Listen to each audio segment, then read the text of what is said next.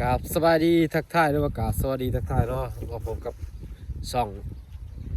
บ่าวเพื่อเพื่อนเคี่ยวทางนี่อยู่ให้อยู่นะคือเก่าทุกคนนี่ฝากกดไลค์กดแชร์เพื่อเป็นการตั้งใจในการทำคลิปเนาะนี่ก็อยู่ให้อยู่นะอยู่กับสีพันธุ์เมียคือเก่าเดี๋ยวสีนี่มาเบิ่งธรรมศาสตร์อยู่บ้านเนาะนี่ปลูกพักงัวเขากินเบิร์ดบริย่างหอมปอบต่อบอกแตงมาดิบ้านะเฮ็ดจังไรกับบริกินงัวเขาไม่ยอมเลยงัวเขากินนี่ตาคนปลูกอะ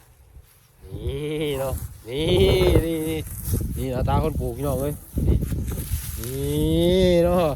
กระเชียกจากที่อายกล่องเลยจักหน่อยนะก็ยังไม่ทันได้สิ้นอยู่นี่ยูทูบเบอร์ขี้เตอร์มือใหม่ฝากกดไลค์กดแชร์เพื่อเป็นกำลังใจในการทำคลิปตอนนี้ครับอยู่ข่าวแล้วพี่น้องเอ้ยไปหากินข้าวกินน้ำก่อนนี่มันจะเป็นเถียงหน้าเนาะย่านี่เป็นนารูการเป็นนารูควอดมันพี่น้องเอ้ยนี่ฝากกดไลค์กดแชร์กดติดตามไปด้วยพี่น้องเพื่อเป็นกำลังใจในการทำคลิปเนาะนี่ตอนนี้ก็สิหากินข้าวกินน้ำก่อนอยู่ข้าวแล้วกินข้าวกินน้ำแล้วก็สิลุยควอดมันแล้วบัดนี้นี่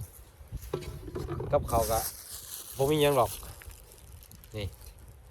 แจ่วโอ้แตกถ้วยแตกเว้ยเลยเอามาตัวนี้ยังนี่ตัวนี้ยังนี่ปลาแดกเฮ็ดยังอ่ะบ่จะพาเฮ็ดจะพาไปเฮ็ดจะพาไปบ่นมันมาแต่งกินข้าวนี่ก่อนเดี๋ยวข้าวนี่ก่อนครับ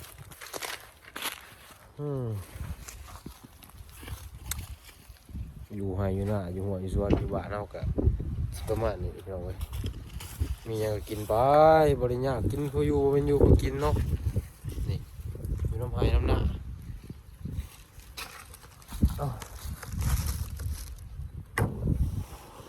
ขาดแคลนอาหารก็บ่ค่อยมีหรอกกับเขาแต่นี่เป็นข้าวโพดสำรองเอาคลิปนี้ก็สิขอจบเพียงเท่านี้แล้วจะได้กับผักติดตามกูหน่อยก็แซ่ให้พี่น้องไปแล้ว